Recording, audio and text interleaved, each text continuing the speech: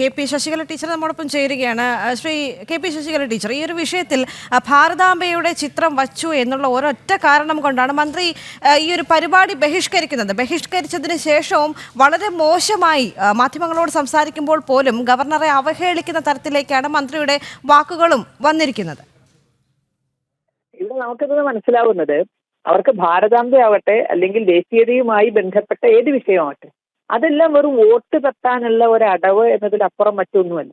ഇപ്പോ കഞ്ചാവ് കേസിലെ പ്രതിയോ പെണ്ണ് കേസിലെ പ്രതിയോ ഒക്കെ തന്നെ സർക്കാർ അതിഥിയായി വരികയും അവരെ മന്ത്രിമാരോടൊപ്പം വേദി പങ്കിടാൻ അനുവദിക്കുകയൊക്കെ ചെയ്യുന്ന ദയനീയമായ കാഴ്ച നമ്മൾ കേരളത്തിന്റെ പല ഭാഗത്തും കാണുകയാണ്.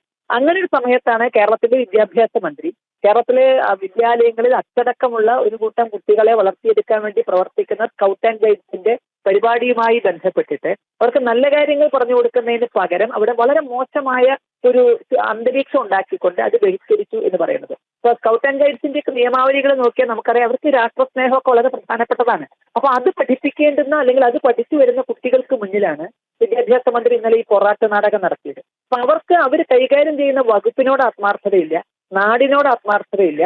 പകരം ഈ ഒരു പിടി വോട്ട്, അത് സംഘടിത വോട്ട് എവിടെ നിന്നാണോ കിട്ടുന്നത് അതിനുവേണ്ടി എന്ത് വേഷവും കെട്ടാൻ അവർ തയ്യാറാകും എന്നുള്ളതാണ്. രാജ്ഭവനിൽ എന്ത് നടക്കണമെന്ന് തീരുമാനിക്കേണ്ടത് ഗവർണറല്ലേ. ഗവർണറെ അത്തരത്തിൽ അല്ലെങ്കിൽ ആജ്ഞാപിക്കാൻ അധികാരമുള്ളതാണോ കേരളത്തിന്റെ ഭരണ സംവിധാനം? താൻ പങ്കെടുക്കുന്ന ഒരു പരിപാടി തന്റെ രാജ്ഭവനകത്ത് എങ്ങനെ നടത്തണം എന്ന് തീരുമാനിക്കാനുള്ള അധികാരവും അവകാശവും ഇല്ലെങ്കിൽ പിന്നെ എന്തിനാണ് ഒരു പദവിയിൽ ഓരോരുത്തരും നമ്മൾ വാഴിക്കുന്നത്?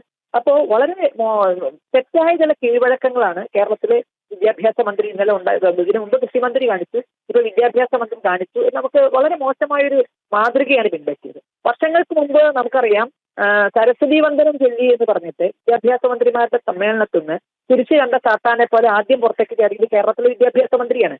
അതുകൊണ്ട് കേരളത്തിലെ വിദ്യാഭ്യാസത്തിന് എന്തെങ്കിലും അനുകൂലമായ കാര്യങ്ങൾ ഉണ്ടായോ? ഇവിടുത്തെ വിദ്യാർത്ഥികളുടെ ഏതെങ്കിലും സാംസ്കാരികമായ നിലവാരം ഉയർന്നു? എന്തിനു വേണ്ടിയായിരുന്നു അത്തരം നാടകം കാണിച്ചത്? അപ്പൊ അതുപോലെ തന്നെ ഒരു പൊറാട്ട് നാടകം എന്നേ ഇതിന് പറയാനുള്ളൂ.